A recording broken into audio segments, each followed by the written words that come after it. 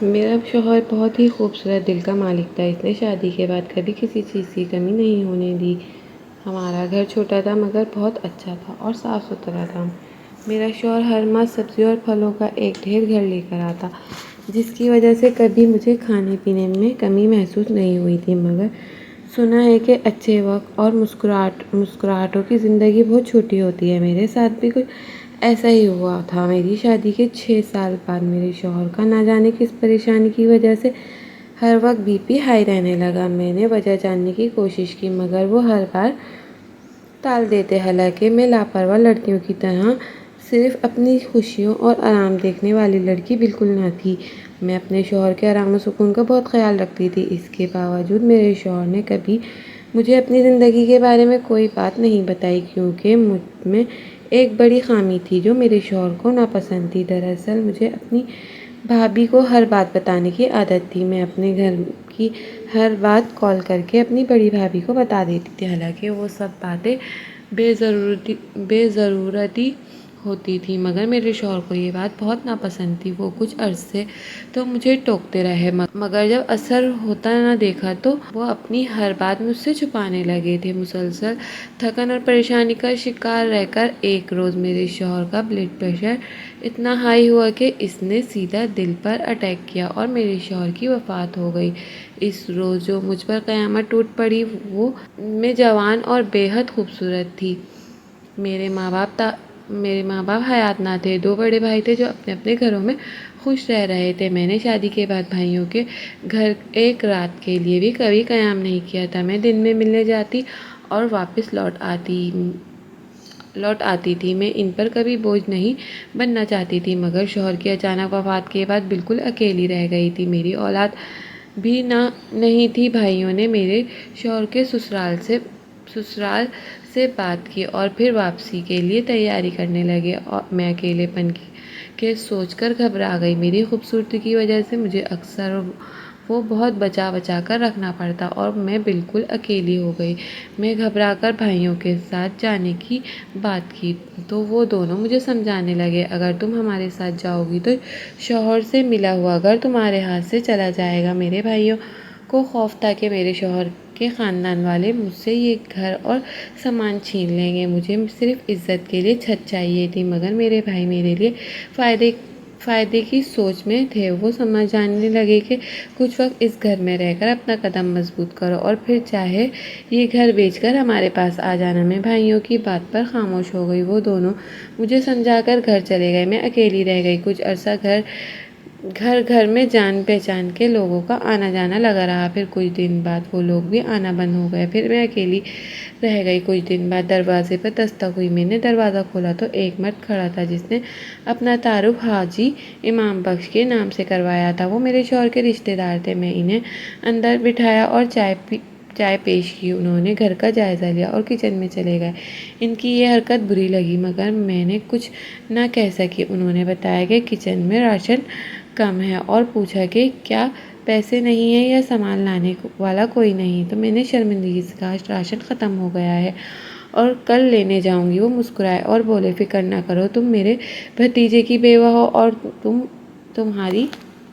اور میں تمہاری ذمہ داری سمجھتا ہوں۔ پھر وہ چلے گئے۔ کچھ دیر بعد وہ آئے اور رکشے میں پورا سامان لائے اور گھر میں رکھ دیا اور کہا کہ اب وہ میری ذمہ داری اٹھائیں گے۔ میں ان کا شکر گزار تھی۔ میرے بھائیوں نے بھی ایسا خیال نہیں رکھا جیسا وہ رکھ رہے تھے۔ انہوں نے مجھ سے 1 روپیہ بھی نہیں لیا اور ضرورت سے زیادہ سامان بھی لا کر دیا، مگر ان کی باتیں مجھے عجیب لگ رہی تھیں۔ وہ بار بار مجھے سمجھا رہے تھے کہ اب تمہارا دنیا میں کوئی نہیں، اپنا اور خالص تعلق رشتہ نہیں ہے اور تم جوان ہو اور دنیا تمہارا استعمال کرنے کا کوئی موقع ہاتھ سے نہیں جانے دے گی، اس لیے بہتر ہے کہ تم مجھے اپنا سمجھو اور اپنی ہر پریشانی مجھے کہہ دیا کرو۔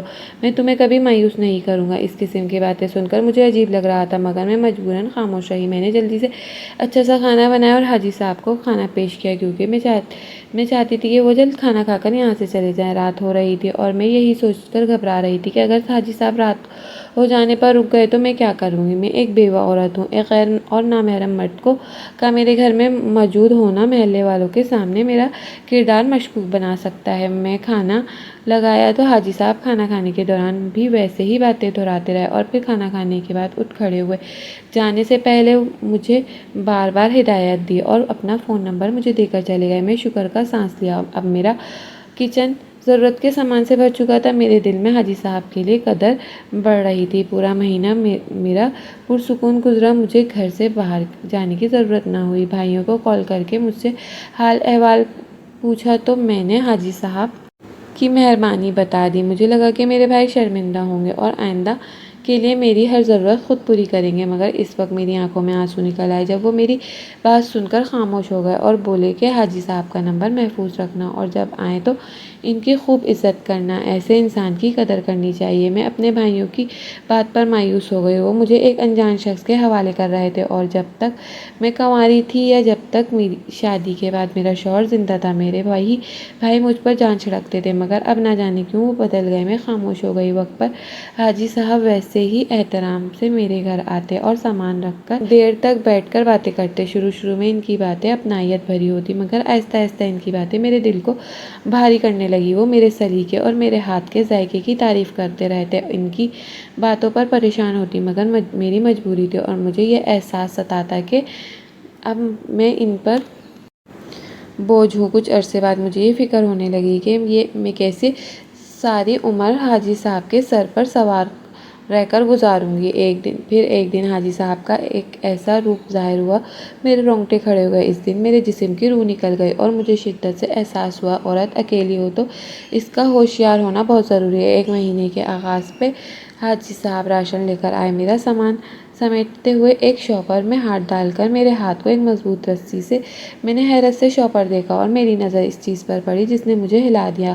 میرے لبوں سے بے ساختہ استغفر اللہ نکلا۔ میرا جسم کانپ اٹھا اور میں نے شاپر ایک طرف کر دیا۔ حاجی صاحب چونکے اور انجان بننے کی کوشش کرتے رہے۔ شاپر دیکھ کر بولے، یہ دکاندار کی غلطی ہو گئی ہوگی۔ گھبرا گئی اور کچن میں چلی گئی۔ ان کی نیت پر شک ہونے لگا۔ میں خوف زدہ ہو کر کچن میں بند ہو گئی۔ وہ کھانا کھا کر چلے گئے تو میں نے دروازہ بند کر کے بہت روئی اور پھر بڑی بھابھی کو فون کر کے سب بتا دیا۔ بڑی بھابھی نے کہا کہ تمہیں پہلے ہی ان کی حد متعین کرنی چاہیے تھی۔ میں نے روتے ہوئے بھائیوں کو بار تمہارا حال احوال لینے آ جایا کریں گے۔ مہنگائی کی وجہ سے وہ بہت زیادہ کام کرتے ہیں اور اکثر جگہوں پر رات دیر تک کام کر کے جلدی کام ختم کرتے رہتے ہیں اور اسی وجہ سے وہ رات کو دیر سے گھر آتے ہیں۔ بھابھی نے بھی یقین دلایا کہ وہ جلد چکر لگائیں گی۔ میں ان کے سامنے تو خاموش ہو گئی مگر مجھے بڑی بھابھی پر ابھی یقین نہیں آ رہا تھا۔ مجھے لگا وہ بہلا رہی ہیں۔ مجھے میرے حالات نے لوگوں سے دور کر دیا تھا۔ میرا دل اپنے بھائیوں سے بھی برا ہونے لگا۔ میری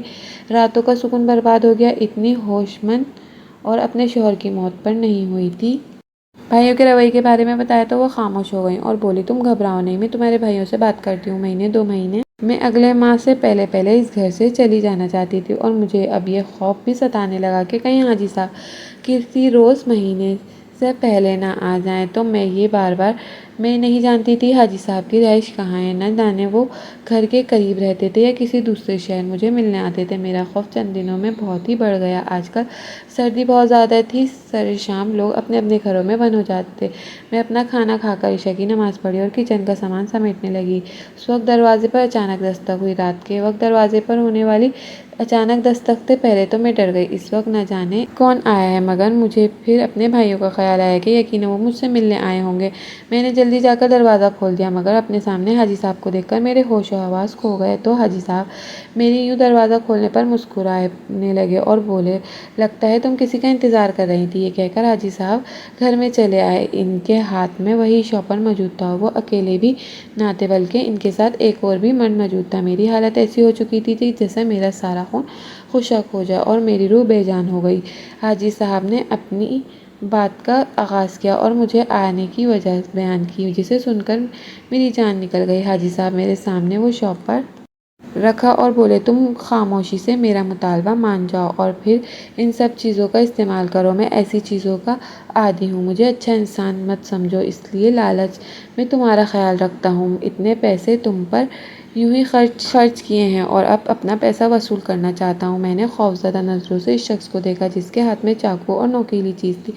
میں بہت ڈر گئی۔ وہ مجھے اب سمجھا رہا تھا کہ حاجی صاحب نے مجھے پہلے ہی ڈر کر قابو رکھنے کی کوشش کی۔ میرا پورا وجود کانپ رہا تھا، مجبور ہو رہی تھی، ان کی بات مان رہی تھی، مگر اسی وقت دروازہ کھلا، میرے بھائی اور بھابھی اندر آ گئے۔ حاجی صاحب گھبرا گئے اور شوہر چھپا لیا۔ میرے بھائیوں نے ان کو دیکھ کر پوچھا، میں نے روتے ہوئے سب کچھ بتا دیا۔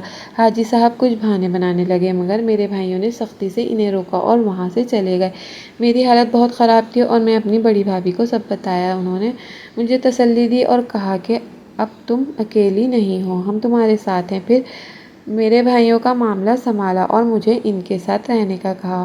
میں اپنے بھائیوں کے ساتھ رہ رہی ہوں، میرا گھر کرائے پر ہے اور معاملات بھائی سنبھالتے ہیں، اور مجھے آج تک افسوس ہے کہ میں اکیلے رہ کر سب کچھ برداشت کرتی رہ گئی۔ کاش میں پہلے ہی اپنی زندگی کے فیصلے سمجھداری سے کرتی۔